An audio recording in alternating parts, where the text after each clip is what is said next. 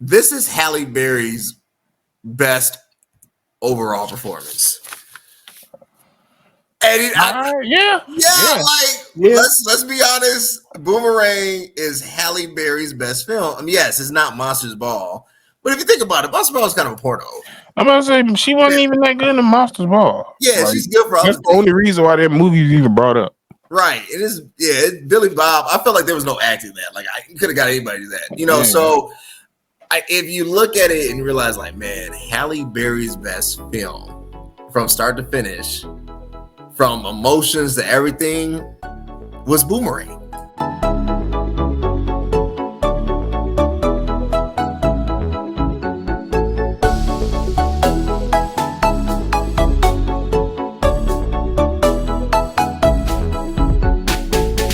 Y'all, welcome back to another episode of It Is What It Is, because it's your boy, Stephen K himself. That's why it's the CVMK show. It's not It Is What It Is. It's always It Is What It Is, but it's the CVMK show. And you know what you got to do if you want to keep seeing amazing content. Subscribe, YouTube, CVMK, Instagram, It Is What It Is _show, CVMK _global, CVMK33, and where the best supplements are, www.cvmkglobal.store. Look, it's the holidays. The holidays gives you a chance to reminisce, gather, collect one's thoughts, and stroll down memory lane and revisit a lot of great film. And it doesn't have to be a Christmas movie to put you into the holiday spirit. If there is one movie that has it all, it is this movie right here. Not here, cheer. Boomerang. I'm going to say this. Boomerang is in Eddie Murphy's top 5 films of all time. And we're going to discuss it today, why Boomerang really is that movie. So I brought back a friend of the show. You know him as Steve Bo Speaks. And we're going to get into it right after this quick break.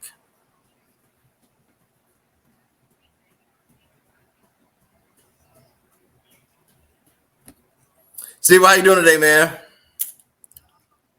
Oh, my thing's on my mute. What's good? I'm pretty good. That's good. That's that Zoom coming up there. Like, you talking to me? I'm good. I'm good. All right. Yeah, I'm here. Yes, sir. I'm present. Steve-O. Boomerang.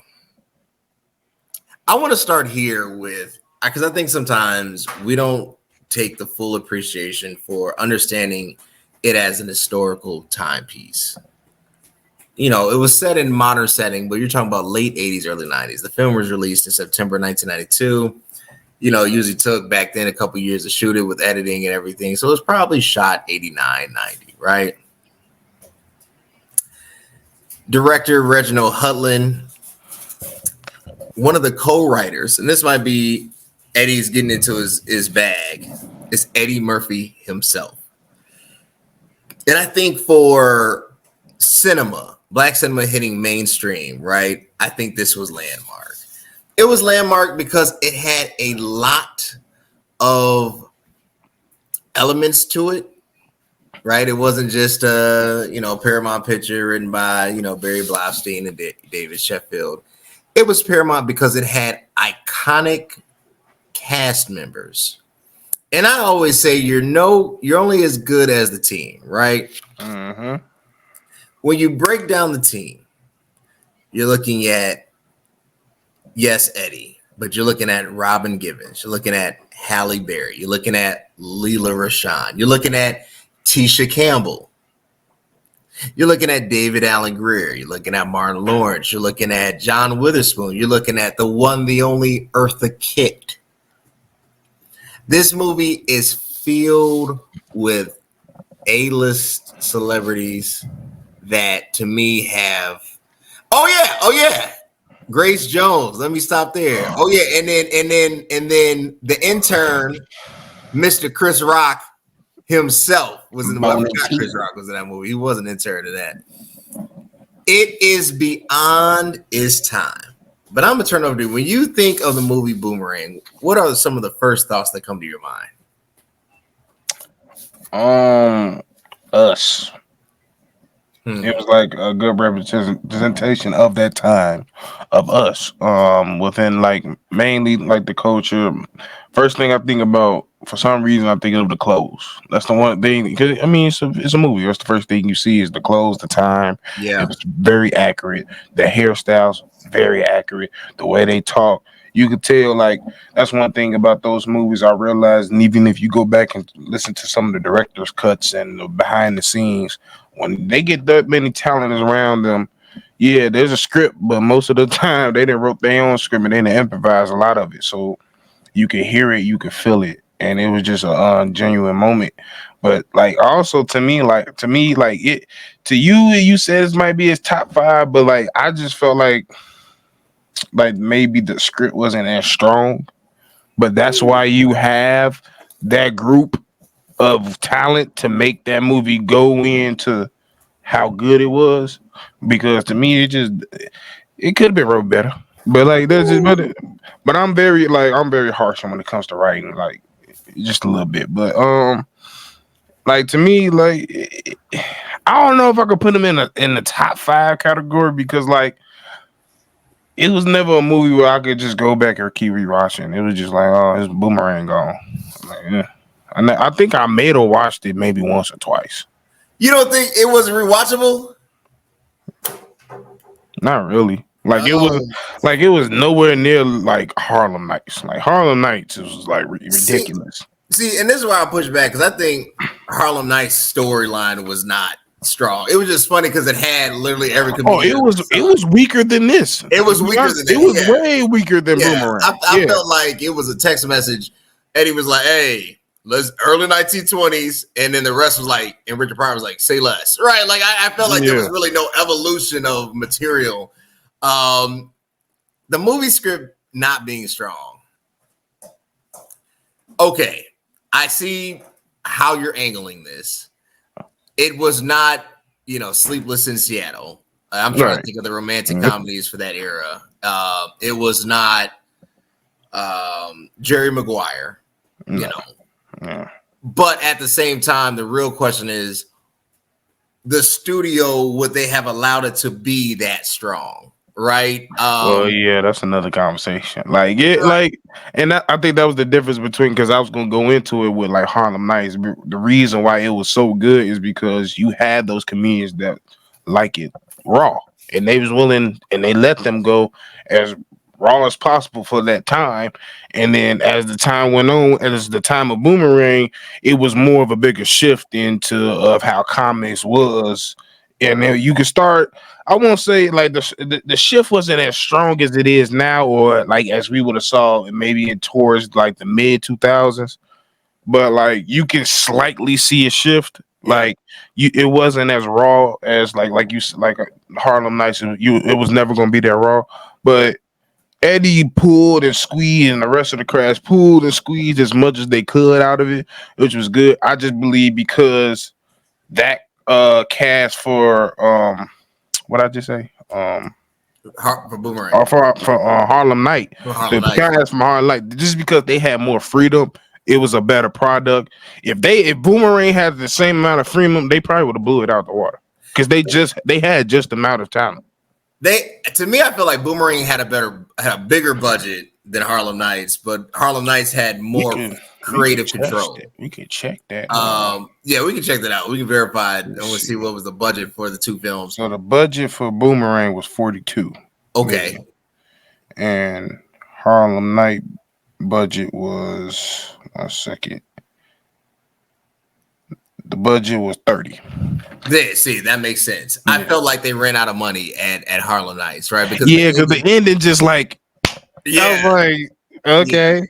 It's a little abrupt. When you watch, you be like, the guy gets locked in the But then safe. again, I feel like it was like maybe 20 minutes of Harlem Nights in the middle where it drug, like just a little bit. Right around the scene after they tried to kill Quick, they had that scene, and it really slows down. Yeah.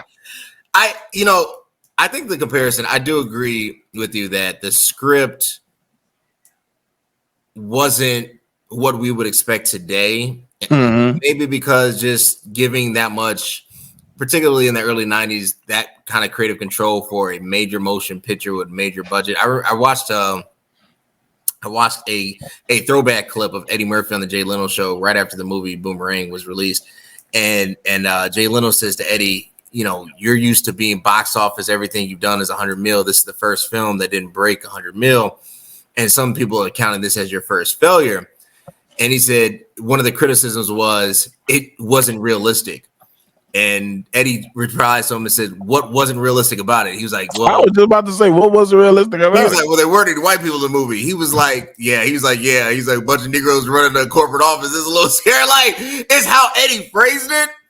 But then his point was, well, I'm going to make it normal, right? Like, and I think at the time, society wasn't used to seeing, because this is why we have to break down how I think for the culture, how significant the movie really was. It's the first time you see Black intellectualism on full display. You know, they're corporate execs, they're degreed. You know, he has his Howard University sweatshirt on while working out. You know, they're all at or about six figures in the early 90s. And you have to be, because we're just crazy if you think of inflation, because if you look at Eddie's place, to have two levels, because he had an upstairs. Remember, you saw the winding staircase. He had an upstairs, that much space in downtown New York. They weren't getting that to no black man. No, that's what I'm saying. Like, the movie transcends thought. And I think that's where the hook comes in. And I think that's why people struggle with giving Boomerang, because Boomerang set the pace. Now, I'll agree with you. This is where it gets interesting. The clothes, the fashion was ahead of his time. Eddie will wear a suit, but he never had buttons. It was always a zip up. I would go back to wearing suits if I could find that. The whole just zip up look. Like, that to me is the coldest thing. All turtlenecks. I mean, it was I'm a turtleneck suit guy. I'm not a button up suit guy. I don't like it. I'm not. And I think the whole gist of it from a fashion standpoint, movies were not known, and I'd probably get in trouble with saying this. Prior to Boomerang, fashion did not matter in movies. Like, think about your movies like Trading Places. What's the fashion there? You think of Coming to America. Not really fashion. Even when they went to Brooklyn and whatnot, you're not seeing, I mean, outside of Africa, you're not really, or whatever, Wakanda, you're not really seeing fashion. Right? Yeah. You're seeing articles of clothing, but you're not seeing, like. So you saying mainly on the black side, like it wasn't the fashion really? Because I'm about to say, like, in I feel on the white side, they definitely would have a dress. For the people that know, they'd be like, oh, that dress. That's many had. Not us. Not like us. We was sitting here like, sir, who made that suit for you?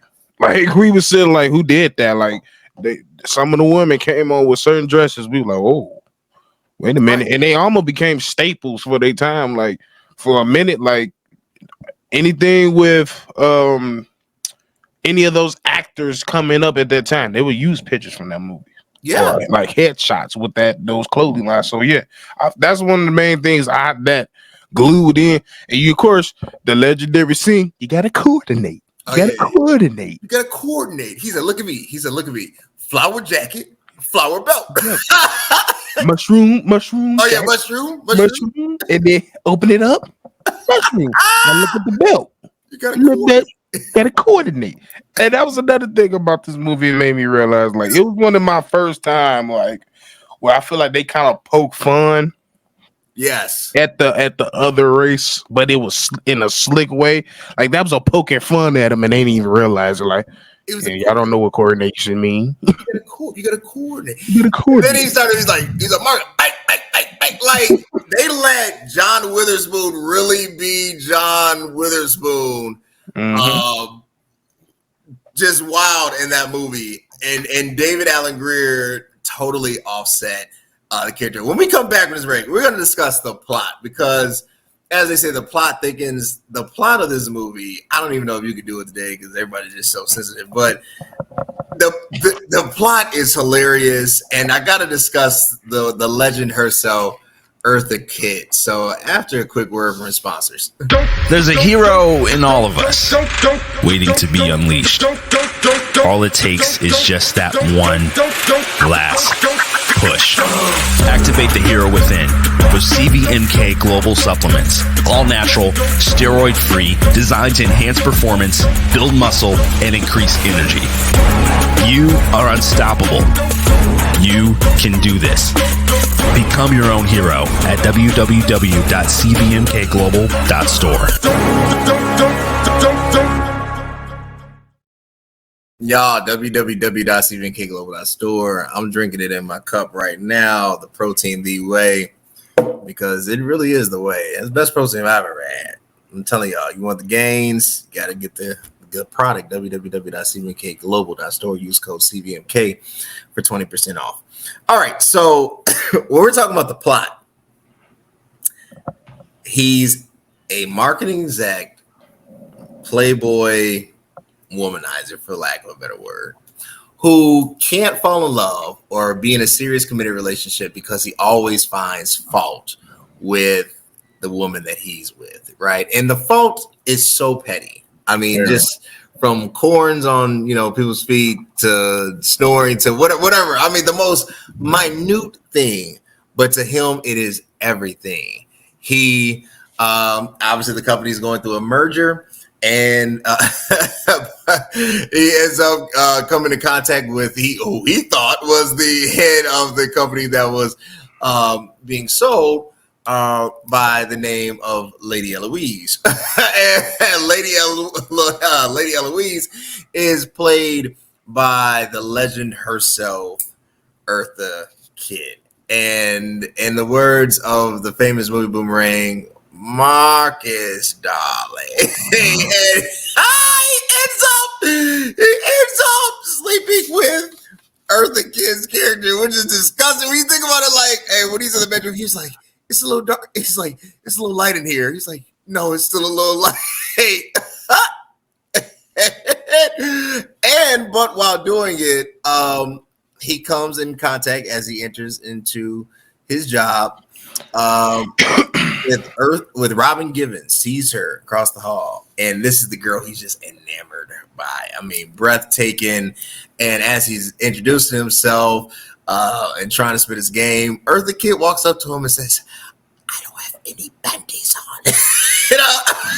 Just as bold, and that to me is iconic. And then Robin just busts out in tears. You can't make that today. That wouldn't fly. It'd be considered toxic masculinity. I mean, whatever. But the fact of the matter is, movie-wise, the plot is bad. Yes, but good. Bad but good. Bad but good. Man, like in the back of my mind, I still feel like it could be done.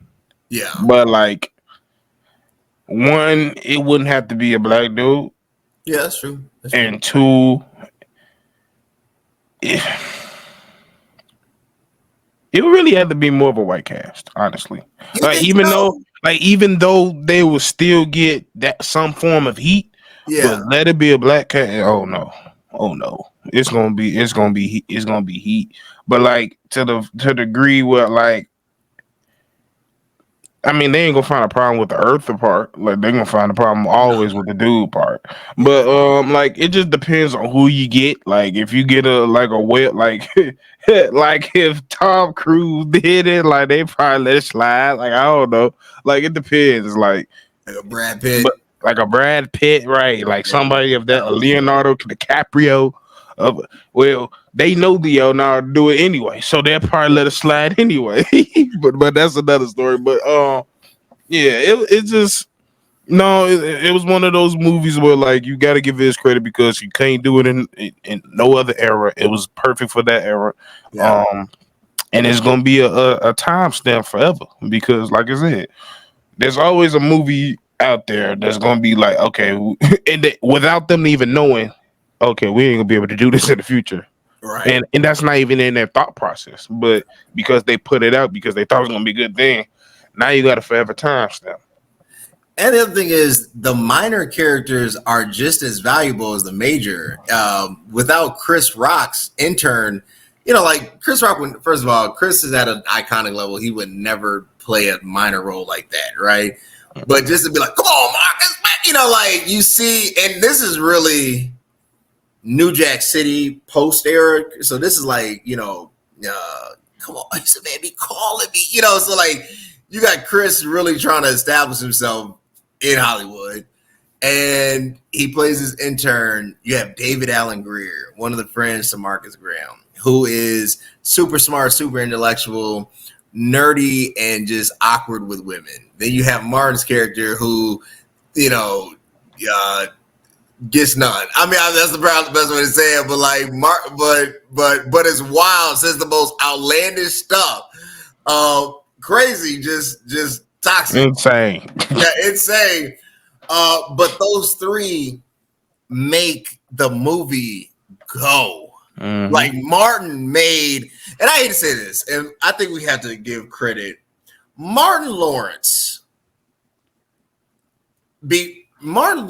was a gem to a lot of 90s and early 2000 movie success. And we don't want to say that, or to me, give Martin his flowers. But Martin Lawrence, if it's not for Martin Lawrence, Bad Boys doesn't work. Bro, House Party not even the same. House Party, right? 1, 2, 3, whatever. House Party, DJ Black, like it just doesn't work. Blue Streak doesn't exist, bro. And I feel like that's one of the best performances from Dave. Because oh yeah, I don't think he's that funny, but that's another conversation. I'm not gonna debate that. I got Dave as my ultimate goal. I'm not gonna debate that on this one, but no, but you're right because Dave plays it. Dave is a crackhead in that movie. I almost said the scene that I can't say it, but like he had too many scenes. I'm talking. Oh yeah, when he was like, when he robbed that grocery store, and he was like, I'm coming out. He said, I ain't playing. This guy Logan owes me $50,000. Oh, yeah. And when I don't get it, I'm talking. All right. Hey, he was like, this is gonna hurt a little bit. He's like, what? This is gonna hurt a little bit. This man body slams him. I don't even know. That's a whole different. But like, that's the thing about Martin. Like, it just his little. Like, I don't even know what to call it. It's just his little nuance, little stuff he does, just like his little dance moves in every movie. He has it. And it's because it's something he created. The way he hits people, like in Blue Street. Right. It's just like it makes you laugh. Like, he puts his own little thing on it that only Martin can do. And you're right, Martin does not get the credit he does. He does as an actor. As an actor. Forget comedian, just as an actor. Like, Martin Lawrence, bro, saved some movies. He saved Thin Line Between Love and Hate because nobody else could have played that role, particularly at that time with Lynn Whitfield and Bobby Brown. Like that cast wasn't. What was the other movie that was like Blue Streak, but it wasn't Blue Streak? Not Big Mama's House. It was with the cop. You remember? You know what I'm talking about. Oh, listen, I think National Security. National Security, which basically was the same movie. Yeah, it was Martin saved that again. Yeah, Martin Lawrence needs his flowers, y'all. That's so true. I want to talk about after this break, the main girl, right? I want to talk about the transition because he transitioned from Tisha to Lela to Halle. No, to Robin, excuse me. Right, to Robin. To Halle. And that's an evolution that can only be done in the movies. After this quick break from our sponsors. I literally just tried the best pre-workout on the planet. With Superpower pre-workout, you have increased focus and a power boost every single time you work out. It's not only packed with 225 milligrams of caffeine, but it also has citrulline and creatine. It's insane how much energy and focus I had during my workouts. If you're ready to take your workouts to the next level, then ditch your current pre-workout and get the Superpower pre-workout to be your own hero. Y'all, www.cbnkglobal.store. Get the Superpower pre-workout, Warrior Thirst, MetaMan, whatever. But I'm telling you, Superpower is where it's at. www.cbnkglobal.store. Main girl, same girl. Or the Kel say, doom, doom, doom. Hey, my name is Kelly. You can't even sing R. Kelly song. That's why I made that face. So you want to take this girl and you want to bring up Kelly? I don't mean I mean like the talent kills. I don't mean like I could do it. You know, some people can't separate it. Right, they can't separate. You know, I'm just talking about the talent, not the person. The person is terrible, but the talent. Right. Oh yes, so the talent. So the main girl in this movie begins. Hey, girlfriend. Hey! After he invites Lela Rochon back to his place, Tisha Campbell, who doesn't really, I think, honestly, I really don't know. And I'm going to mark this. I'm going to say this, and I might get flack. Tisha Campbell held down Black Hollywood post Felicia Rashad, because Felicia Rashad was, as she was seen as a beautiful woman, but she was never really received as a sex symbol, right? And nor do I think she wanted to be portrayed as that. I think she felt like that was probably beneath her, rob her talents and whatnot. But Tisha Campbell, if you think, she did now, I think she was older. Like if she was younger, probably yeah. I think we need to give Tisha her flowers. Tisha is and has held down Black Hollywood when it wasn't a thing, when you had shows coming and going. Like I've been watching this show on Netflix. It was with Patti LaBelle and Morris Chestnut and Dwayne Martin. It only lasts like a season. And Vivica A. Fox is like they own a nightclub. Patti LaBelle does. And basically the whole thing is, you know, these guys, they work for Patty's mom and they're trying to do the show, but I think about like all these shows that kind of came and went. You know, there was a show with Morris Day in the late 80s. But if there was a show that became a staple, that the only reason it discontinued was because of Tisha Campbell, it's Martin, right? Speaking of Martin, from School Days to this movie to Martin to My Wife and Kids, Tisha Campbell deserves her flowers, and we have not given it to her. Yeah, and it's funny because she made that transition from sex symbol to a good actor to then she could play in the mother role. Right. Because I think that was the thing about who did you just name? Martin? Not Martin. Felicia Rashad. Yeah. I think she went straight into that mother role. So we always seen her as the beautiful mom. So the respect level was always too high to even say, oh, she's actually, even though she was. But like with Tisha, it's almost like we grew up with her. So like we seen every phase of her, and we just seen it be the evolution. And she was just in everything. Like that's the thing. That's another part of it is you have to be in like everything to notice. Like, dang, like she in every movie.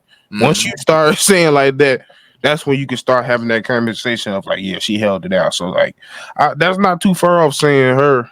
She's probably definitely up there. If not, she's definitely in the top 3 for sure. And especially for the 90s. Definitely. And I would even rank her. I mean, as far as the 90s, to me, her only comp was the two women we're going to mention, Halle Berry and Robin Givens. Now, Lela Rochon. I feel like Robin's dropped off very fast, though. It was a meteoric rise, and it just with a roller coaster plummet, right? And that's hard, and there's a lot of reasons, But Robin Givens, that's another episode. I think Lela Rochon was the darling, and for whatever reason, I feel like Lela never got her movie. Like Waiting to Exhale is Whitney's movie, and what technically is Angela Bassett's movie. Yeah, that's both of their movies. Both of their movies, right? So it's like they shared that, and so even though Lela's in it, and so is Leon. Our movie was Why Do Fools Fall in Love? Hey, I was listening to that soundtrack today. Hey, Frankie Lyman, but that's what I'm saying. Is she in that? Yeah, I think she was the. Oh, she's the wife. She's the last wife, right? Oh, she the last. Wait, no, she's the last wife. She the first wife, I think. Last wife. Vivica's the first. No, Vivica's the last wife. Vivica's the last wife? Yeah, because I mean, Viv was the last wife because that's when, unfortunately, he started getting a little very aggressive, and that's why I meant. I think Rashawn, she was the first No, one. Halle Hallie's is the the first second. wife. I think Hallie's the second one Hallie's the second wife. because she was fighting with Vivica. Right. But Lela is the last wife. Vivica is the first wife when he's like going down. Let me see. I'm pretty. Yeah, because his first wife is. Yeah,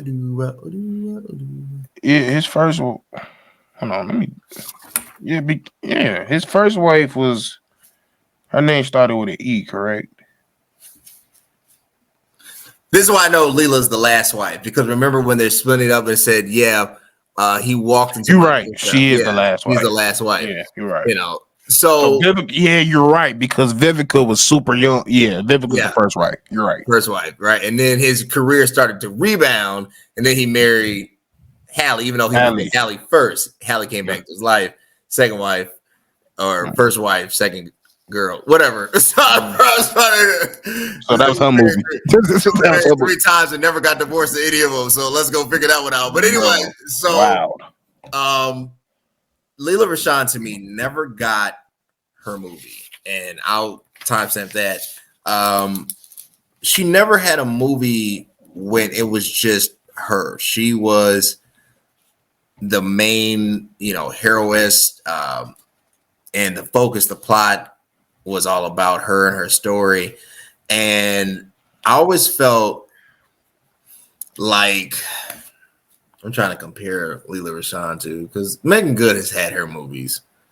Yeah. She like Laura London. Yeah. And some might say ATL. Or but ATL that's like a cultural phenomenon more than a big thing. That wasn't like her movie. Yeah. I think like Laura London, that's safe to say, like she was amazingly talented, beautiful. Because I think that what it is, because it's just like Laura London. She's good, but like in order for you to be the main protagonist in a story, you got to have a strong type of performance. And I feel like her performances was always just good. It was never just like, it wasn't breathtaking. It wasn't like, glued in. You said what? Even at Any Given Sunday, her and Jamie. Nah, yeah. that honestly, she gets overlooked in that movie. People think I say it's sad. She definitely get, because I forgot she was in there. I said I remember her boy's Marcus' wife, and was she Marcus' wife in Bad Boys? She kind of looks like her. Maybe that's that's a different. But I know exactly what you're talking about, and she does look like her, but no, she wasn't in Bad Boys. And I think that's where it happens. It's like something happened that it just never clicked.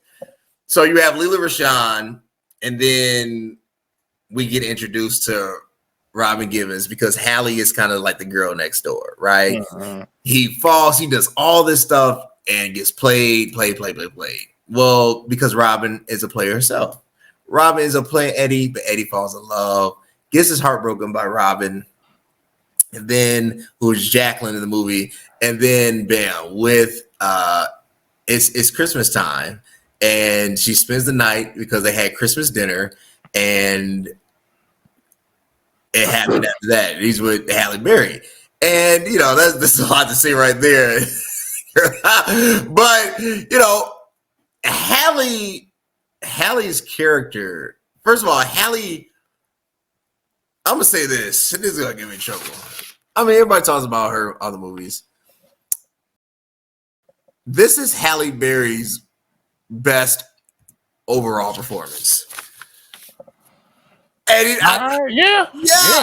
let's be honest. Boomerang is Halle Berry's best film. I mean, yes, it's not Monsters Ball, but if you think about it, Monsters Ball is kind of a porno. I'm about to say she wasn't even that good in Monsters Ball. Yeah, she's good for that's the only reason why that movie was even brought up. Right. It is. Yeah, it's Billy Bob. I felt like there was no acting that. Like I could have got anybody to that. So if you look at it and you realize, like, man, Halle Berry's best film from start to finish, from emotions to everything, was Boomerang. Yeah, because to me, yeah, for the longest, she never was that actor to me. Like, I honestly was like, why does she keep getting moved parts? Like, she's not that good. And now that I think about it, this was most definitely her best performance, without a shadow of a doubt. And Yeah. it's mainly because of who was around her. They brought it out of her. That's true. She had an all-star cast. I mean, she was in Dorothy Dandridge and whatnot, but I think it was the cast that kind of, which I really do think they need to redo. But the thing is, she had a lot of black women, strong Energy. characters around her. Yeah. So, like, it's different between the movie you just mentioned. So that's the thing. That's true. And Robin's character, look, Jacqueline, I'm not even gonna lie. As a married man, I would say this: Jacqueline was bad. Ain't no doubt about it. Robin Givens, and you can say that, man. Robin Givens in 1992 might have been the baddest thing God ever created in 1992. Like Robin Givens' character, and it wasn't just like her looks. It was what she embodied. She had it going on. She was educated. You know, she was a leader. She could hang in the boardroom. You know, and she had it. Like even over Halle's character, Halle was kind of like, like, oh, okay, see you at Bible study. Like that was kind of like Halle's character. Robin's character had it, and I think the reason why it becomes contentious is Hollywood, and this is where it first comes. No longer is it about the dynamic appeal, and this is kind of like the old Humphrey Bogart movies, like Sabrina, right? It's about the girl with the genuine heart that is, full of goodness that wins at the end of the day. And I think that was during a time where Hollywood got away from that. And it's like a refresh.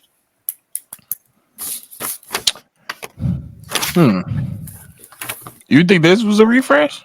From that, I mean, obviously not. I mean, it had a lot of truth. I mean, like from that angle. I was like, oh no, that was pretty. Yeah.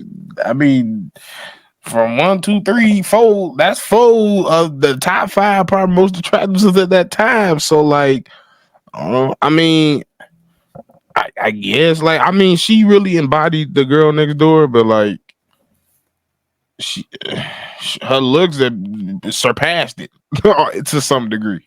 But I think they did a good job of like, of course they didn't make her too like, because they could have like sprouced her up more like they did who you just mentioned. Why their names keep slaving up my head? Like Robin Givens. Yeah. Like they could have like made her just as not necessarily pretty, but in every show she had the red pantsuit on. She had the hair and everything. They made her they made Halle super dolly girl next door. So like until the end, then it was like, all right. But then I think that's what it was. Like they really did a good job of kind of like suppressing Halle. They suppressed her beauty because Jacqueline was pure black girl magic in that movie, from the heels to everything. All right, we got to go over and we come back from a break. Eddie's top 5. I've written my list because I've already have decided that this movie deserves to be in the top 5. It almost got shaky. I almost had to throw it off. I'm going to surprise you with my list after we return. Hey, what's up? It's CVMK33. Look, I want you to subscribe, hit the notification bell, subscribe here, everywhere, so you can get the latest and greatest of this podcast content. Stay tuned. Y'all subscribe, YouTube, CVMK. All right, look, Eddie's top 5, and I'm going to go in order. His best movie of all time, first, Coming to America. Not the second. The second one was garbage. The second, let me timestamp this. This is Eddie's top 5. The second is Nutty Professor 1. I think from top to bottom, that movie is a classic. Trading Places is number 3 with Dan Aykroyd and Jamie Lee Curtis.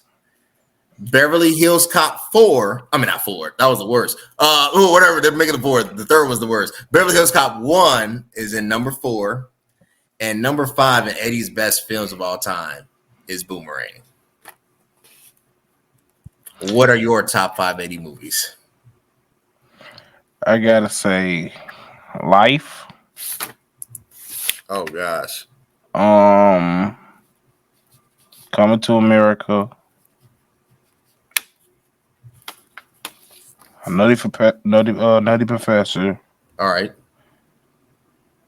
I'ma actually throw in Dreamgirls. But is that Eddie's movie or is Eddie? He made that his own Yes, movie. he did. His own Jimmy way. got sold. He did. Jimmy was a character, and Jimmy got sold. but it was just mainly because I got like that was probably one of his top 5 characters, so I had to put that. And then I gotta put an animation in it because he did a lot of animation movies. Oh, Shrek or Mulan? Mulan. Yeah. The only reason I put Mulan is because I feel like, for me personally, I could quote more out of Mulan than me. Like I'll just be in the down business. Like the or the special is death. This is the irrepressible, delectable, big old mushu. It gets stuffed out. Hey, Mulan, not when they made it live, but the animated Mulan was that movie. I know a lot of people don't like to, they're like, but Mulan. I watched Mulan. I'm 23 years old and was still watching Mulan to this day, singing "Let's get down to business to defeat the Huns." I don't care what nobody say. I like Mulan, and I'm not mad. If you would have threw Shrek in there, Shrek was hard too, but Shrek is honorable mention because all of them. He was like, I can't do the voice. I've been trying to do it. He was like, don't care. Or like, don't care. Shrek.